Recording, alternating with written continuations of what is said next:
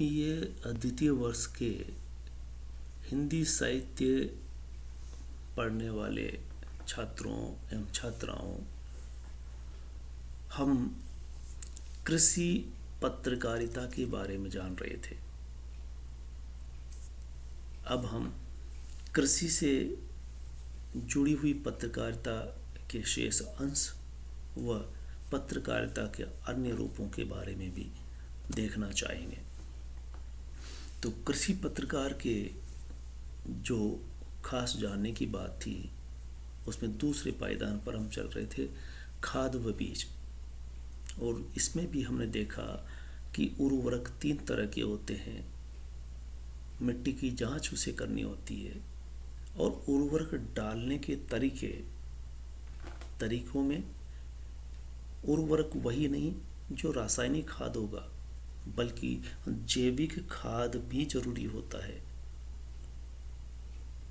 जैविक खाद आजकल इसका चलन बढ़ रहा है, और जैविक खाद देकर के जो फसल या सब्जियां की जाएगी, उनकी कीमत ज़्यादा होंगी। और इन बीजों को, जो संकर बीज लिया जाएगा, वो बिजाई कैसे कब की जाए, ये जानकारी दी जानी चाहिए। तीसरे है सिंचाई। सिंचाई करते वक्त उसे ये ध्यान रखना होता है कि पानी की उचित पूर्ति हो। अगर पानी अधिक दिया गया है तो फसल गल सकती है, और कमी रह गई तो फसल को झुलसा सकती है। और तीसरा, सिंचाई का वो जो आधुनिक तरीका है, कई तकनीकियां आ गई। कभी हम बरसात पर आश्रित रहते थे, फिर आदमी ने मेहनत करके डैम तालाब बनाए, तालाब से पानी लिया, फिर बड़े डैम बना करके नहरें निकाली, तो नहरों से पानी लिया। अब हम ये देख रहे हैं कि तकनीकी कैसे विकसित होती है और कैसे अधिक फसल ली जा सकती है। तो इसके लिए सिंचाई के तरीके, उन्नत तरीके, स्प्रिंकलर सिस्टम से सिंचाई करके, इससे पानी भी बचता है और पौधों को जितनी ज़रूरत है उतना पानी मिलता है। मोरियां जो बनाई जाती है, जिसे गांव में बारा भी बोलते हैं, उसमें पॉलीथीन लगा दी जाए अगर, तो कम से कम पानी में ज़्यादा से ज़्यादा पहुंचाया जा सकता है खेत में। चूँकि इन दिनों पानी की कमी मुख्य मुद्दा है। ऐसे में कम से कम पानी में ज़्यादा से ज़्यादा सिंचाई का मतलब उसमें पॉलीथीन लगाया जाए। चौथा होता है पौध संरक्षण। किसानों को ये जान लेना चाहिए कि पहले पौधों का संरक्षण किया जाता है। कई तरह के रोग हो सकते हैं, कीट पतंगों से बचाने के लिए समुचित दवाइयाँ दी जाती है, और इसके लिए भी सामूहिक प्रयास अगर किए जाएं तो फसल की सुरक्षा ठीक से की जा सकती है। और ये काम पत्रकार भी कर सकता है। पत्रकार समय समय पर सचेत करता है किसानों को कि वो और भी नए तरीके या दूसरे क्षेत्र में जो तरीके अपनाए जा रहे हैं, वो अपने क्षेत्र के किसान भी उन तरीकों को अपना सकता है। व्यक्तिगत प्रयास एक होता है, दूसरा सामूहिक प्रयास होते हैं।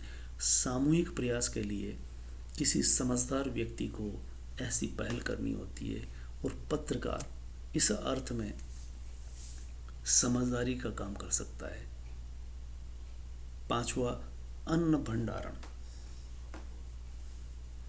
किसानों जिस अन्न को बड़ी मेहनत से अपने घर लाता है, वो सुरक्षित रहे, इसके लिए कई तरह के संकट हो सकते हैं, समस्याएं आ सकती है, कीट लग सकते हैं, कीड़े लग सकते हैं। अगर जगह में सीलन है तो सीलन से फसल जल्दी नष्ट होती है। इसलिए सीलन रोकने के उपाय की जानी चाहिए और नई तकनीकी की आवश्यकता जहाँ भी है उसे बताया जाना चाहिए। खेती बाड़ी करने वाले किसान जो खेती बाड़ी पर आश्रित है, उसका एक तरह से पूरक, उसका सहायक हो सकता है पशुपालन। और पशुपालन करके वो अपने अधिक आय अर्जित कर सकता है। पशुपालन खेती से चोली दामन का साथ कह सकते हैं इसका, और ये शुरू से भी रहा है। गाय जो दूध देती है और गाय के बछड़े खेती हकाई जुताई के काम आते थे। अब बेशक मशीनीकरण होने से इनका उपयोग कम हो गया, लेकिन पशुपालन से आशय गाय और भैंस का दूध से है, भैंसें और गाय पालन करने से हैं। पशुओं की खुराक के लिए उन्हें अलग से अधिक नहीं करना होता है, अपने हरा चारा पैदा करके पशुओं की खुराक दी जा सकती है और इस तरह से वो घर में दूध घर के उपयोग के लिए प्लस बेच करके अतिरिक्त आय अर्जित कर सकता है। अब हम ये देखेंगे कि केवल कृषि पत्रकार ही नहीं होता,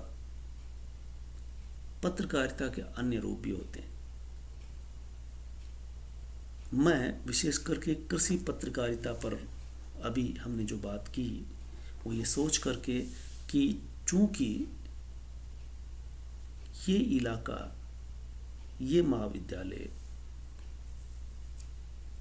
ऐसे क्षेत्र में है जहाँ आसपास किसान हैं, खेती बाड़ी से जुड़े हुए विद्यार्थी यहाँ आते हैं, वो बखूबी जानते हैं और इस पेशे को भी वो अपना सकते हैं, तो उनके लिए ज़्यादा सहजता होगी कि जो पत्रकारिता पढ़ कर के आया हुआ पत्रकार होगा वो पढ़ कर के ही चीज़ों को बताएगा, वो सीखेगा।